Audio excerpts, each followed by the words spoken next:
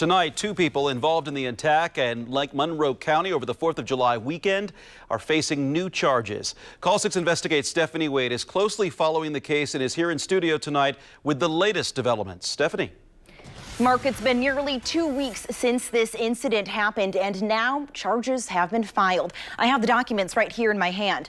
The men accused of racially attacking Vox Booker at Lake Monroe, Sean Purdy and Jerry Cox, facing several tonight.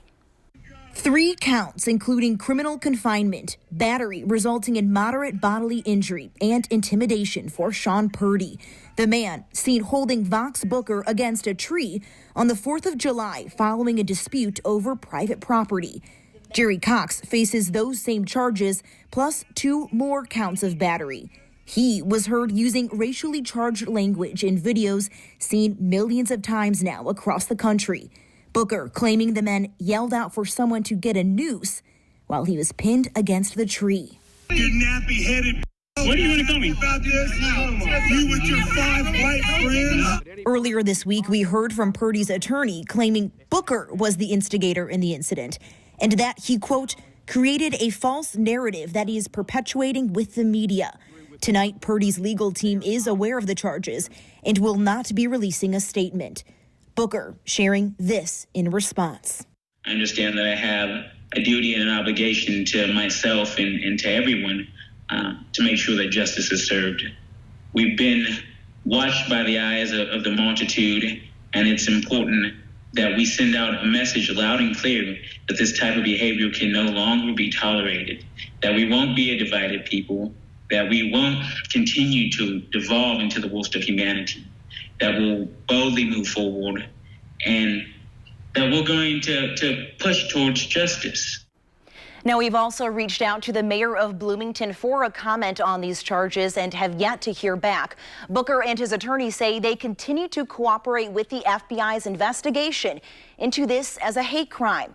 It's also worth mentioning Booker held this press conference today virtually because he has tested positive for COVID-19. Mark, back to you. And Stephanie, let's take you through a quick timeline of this case so far. A lot has happened in 13 days. The actual incident near Lake Monroe happened on the 4th of July. That's where Vox Booker accused a group of people of committing a racially motivated assault and said he was nearly lynched.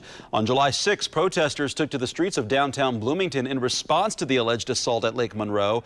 During that protest, a car drove into 2 of the protesters, injuring them both. The car then drove off. And on July 8th, a woman was arrested in connection to this hit and run. On July 13th, lawyers for Sean Purdy, a member of the group accused of attacking Vox Booker, said Purdy was innocent and that Vox Booker was actually the instigator. Meanwhile, on July 14th, Booker's lawyer said her client didn't instigate the incident, rather again saying that Booker was a victim of an attempted lynching. On July 16th, yesterday, the DNR released their report into the incident to the Monroe County Prosecutor's Office. The DNR listed potential charges against members of the group accused of assaulting Vox Booker and against Vox Booker himself. Again, those were potential charges, not actual charges. That decision was left up to the prosecutor's office. And today, as we've reported, Sean Purdy and another man in the group, Jerry Cox, were criminally charged by the prosecutor's office in connection to the alleged attack. Vox Booker has not been charged with anything.